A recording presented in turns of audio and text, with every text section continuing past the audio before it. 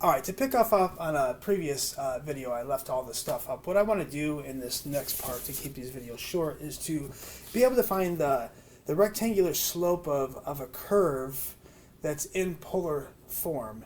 So what I want to do is I want to be able to find the slope of this cardioid, and we'll pick like a really easy spot, say maybe like right here, and figure out the slope of this, the rectangular slope, like dy dx of this.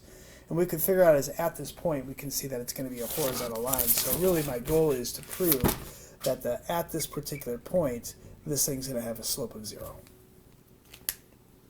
All right, so in order to do that, we have to generate a way to find dy dx in polar form.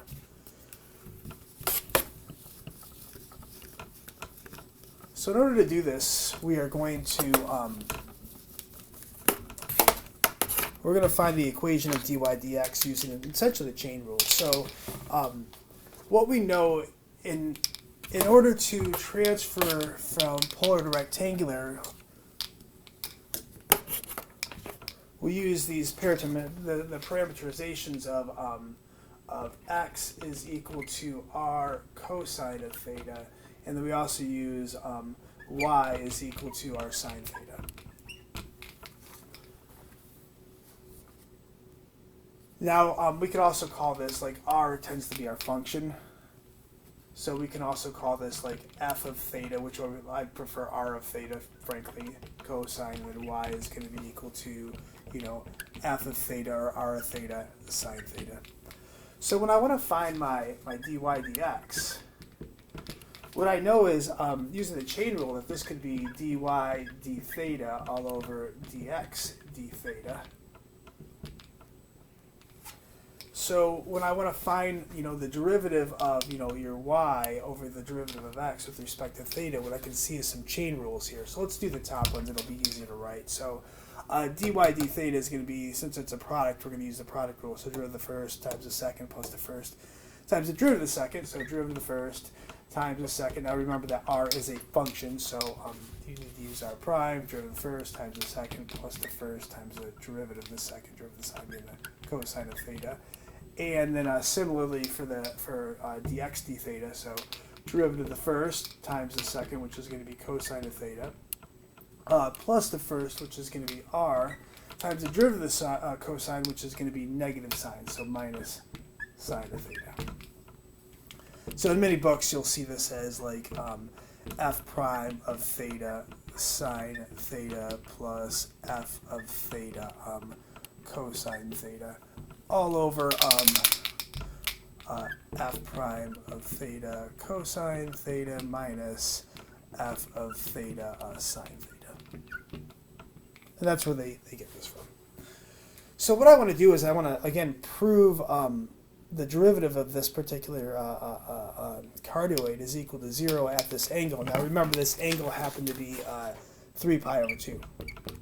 It was on this angle here, because this was 3 pi over 2, and its output happened to be 2. So our function in this case, what we know is our f of theta. Let's do it in a color. So r was equal to 1 minus the sine of theta, 1 minus the sine of theta. Or we can say, f of theta was equal to that 1 minus the sine of theta.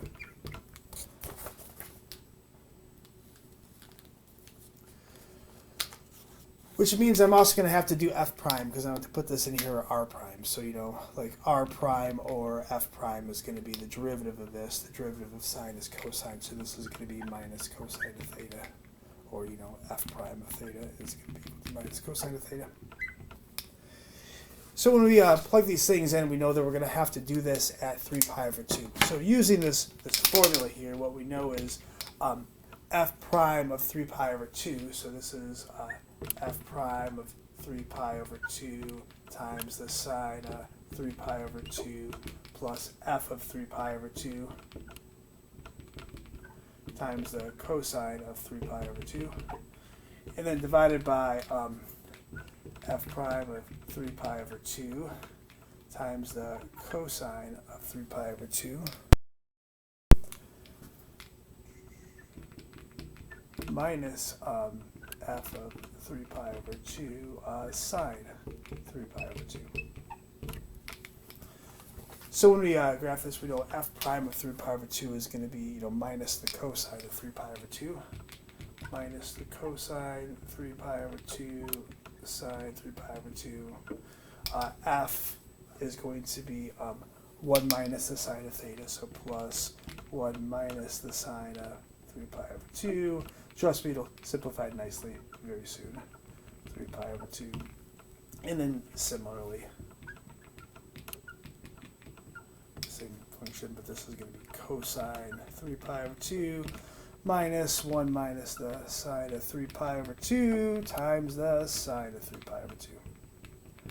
Now, just to get some reference for our trig functions, we can kind of put this over here. Our unit circle, we know at 3 pi over 2, this is going to be the coordinate 0, comma, negative 1. So this is the cosine of 3 pi over 2, and this is going to be the sine of 3 pi over 2. So this is going to be the cosine of 3 pi over 2 being the x-coordinate. This is going to be minus 0 times, well, the sine of 3 pi over 2, which really doesn't matter because I'm multiplying it by 0. But for completeness, we're going to do this. So that's cosine times sine plus 1 minus the sine of 3 pi over 2, which is going to be 1 minus that negative 1. And then this is going to be the cosine of 3 pi over 2, so again, multiplying it by 0. And then divided by, as long as the bottom's not 0, we can tell that the numerator is 0. So just verify the bottom's not 0, the denominator. So negative the cosine. So, well, this is minus 0 times the cosine of 3 pi over 2, which is also going to be 0, minus, this is going to be 1 minus the sine of 3 pi over 2, which is going to be that negative 1 again, times the sine of 3 pi over 2, which is going to be negative 1. So, nice. The bottom's not 0. This will give us 0. This will give us a 0. So I know that the numerator is equal to 0. The denominator, 0 times 0 is 0. And then what we have is this is going to be negative 2 times negative 1, which is going to be 2. So this indeed spits out 0. So what we know is that dy dx at that particular point is going to be the slope of this, this pink line, and this does have a slope, a rectangular slope of 0. And that's it.